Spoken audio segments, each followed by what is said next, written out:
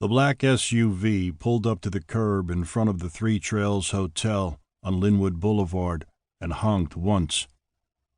Leroy Grubbs stepped onto the front porch carrying a small suitcase. He tried to slip by old man Feeney, who was peacefully rocking on the porch swing, but it wasn't to be. "Hey, Leroy, sorry about the stink in the number 4 crapper this morning.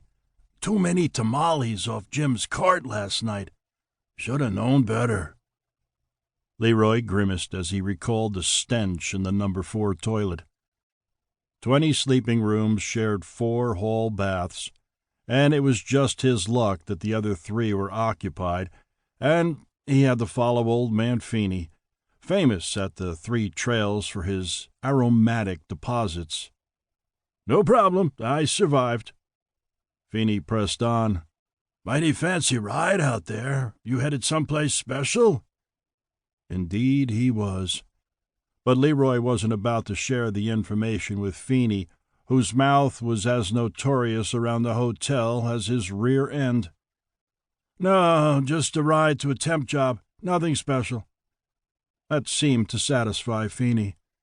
He knew that Leroy had been working out of the day labor pool since he lost his job. Leroy slipped into the back seat, and as the SUV pulled away from the curb, he took one last look at the flop house he had called home for the last 6 months. With the money he would be receiving today, he would finally be able to afford a decent apartment. In fact, he had put a deposit on a small studio just a block off Broadway. It wasn't much, but at least it had a private bath and a small kitchen. Compared to the Three Trails, it would be like living at the Hilton. 2 weeks ago, having his own place wasn't even on the horizon. Then one day, after waiting at the labor pool unsuccessfully for hours for a job to open up, he was approached by a stranger who offered to buy him a sandwich and a cup of coffee for a few minutes of his time. He figured that he had nothing to lose, so he followed the guy to Denny's. That meeting changed the course of his life. During the time it took Leroy to devour a grand slam, the man told Leroy that he represented the interests of a wealthy businessman that was dying of renal failure, and that he had been authorized to offer a willing donor $20,000 for a viable kidney. Leroy was speechless as he tried to process the offer. His first thought was, "But isn't that illegal?" "Unfortunately, yes," the man replied. "But such transactions take place all the time. It's illegal to smoke marijuana, but I'm willing to bet you have some acquaintances that use it on a regular basis."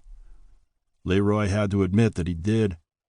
In fact, he had taken a few puffs off a friend's toke one evening after a particularly brutal day. "So, how would this work?" "The first step would be to visit the free clinic on 18th Street. Do you know the place?" Leroy knew it all right. He had sold blood there several times to come up with the $40 to pay for the next week at the Three Trails. "Yeah, I know the place." "Good. There will need to be some tests run to see if you are a compatible donor. And if I am, then, if you're willing to sell, we will proceed. And if I'm not, then this conversation never took place."